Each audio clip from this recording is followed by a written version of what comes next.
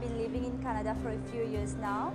I had no negative thinking. I just said, wow, I'm going to India, I'm going to Varanasi, I'm doing inner awakening. It's going to be something that's going to transform my life totally. I just wanted to share a miracle that happened to me today. We were doing a few exercises on completions with Swamiji, and after that I was standing and looking for someone in the crowd, and I realized that I was not wearing my glasses and I could see people faces. Usually I'm short-sighted, so I can't see from far. I was standing at a place and trying to look for my parents in the crowd, and I was like, oh my God, I can see the faces and I can see them not blurry, because usually things that I see and the faces are blurry without my glasses. For one of my eyes, it's 2.25, and for the other one, the left one, is 1.75. Without my glasses, I will not be able to see clearly. For example, I can't drive without my glasses.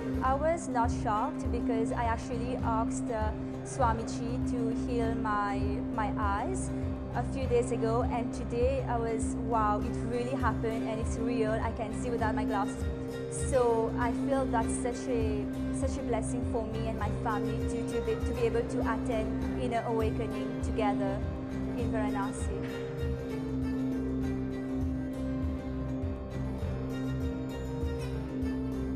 My name's Nithyananda. I'm from Los Angeles area in California in the USA. You know, honestly, I would have to say almost every moment has been the best.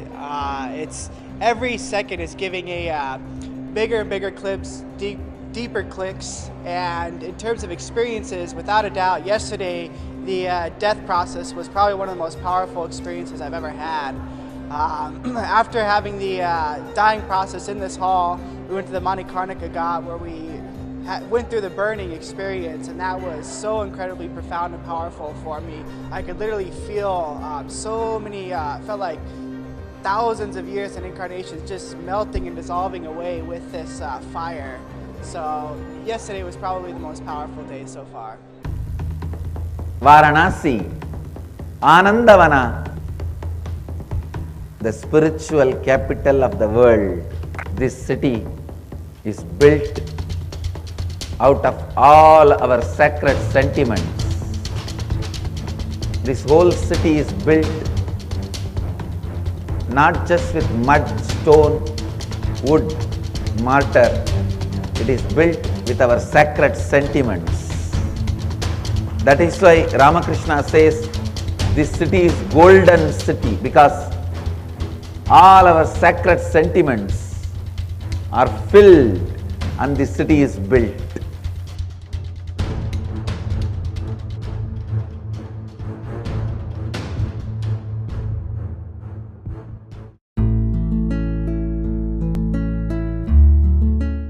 I just got a click when Adinatha Maharaj was speaking. Like, I understood that even if it is attachment, see, basically you get attached for things which you like the most. Like most of the things, like suppose you draw something, then you're so attached to it that you love it so much.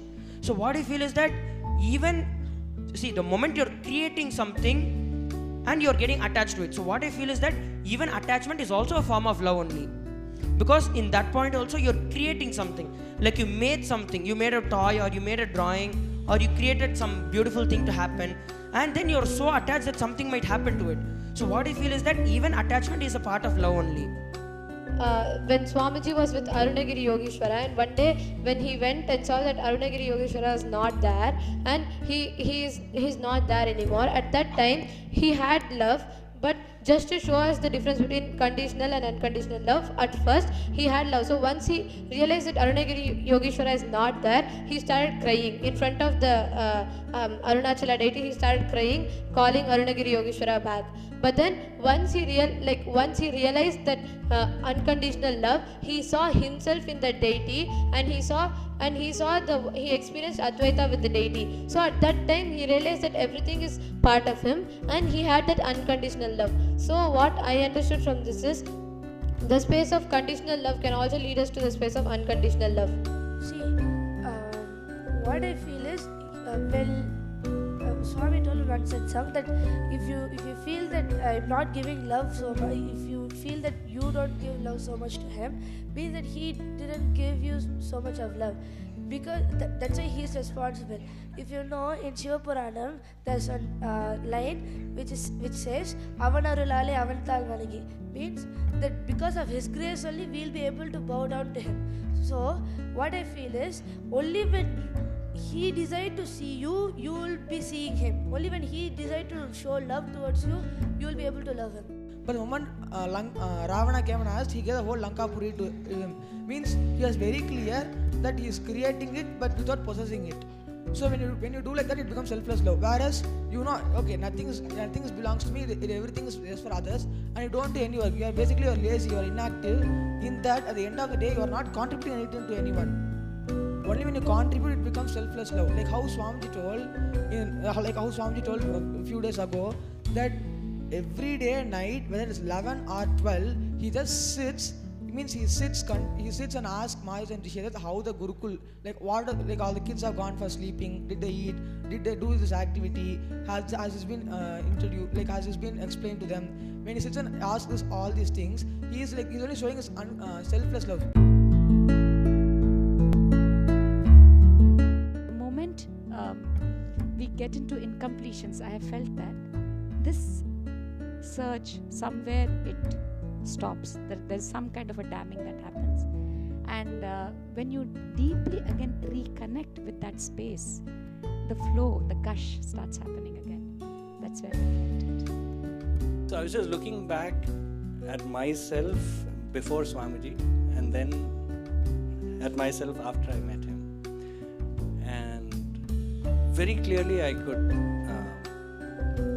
realize one thing, which is, before I met him, as Swamiji rightfully said, you're always looking for some kind of a reciprocation, and there was always a plan for that love. You had a plan that you will do certain things, and then you're looking to be treated in a particular fashion, or you're looking to be loved, or you're looking for some end result.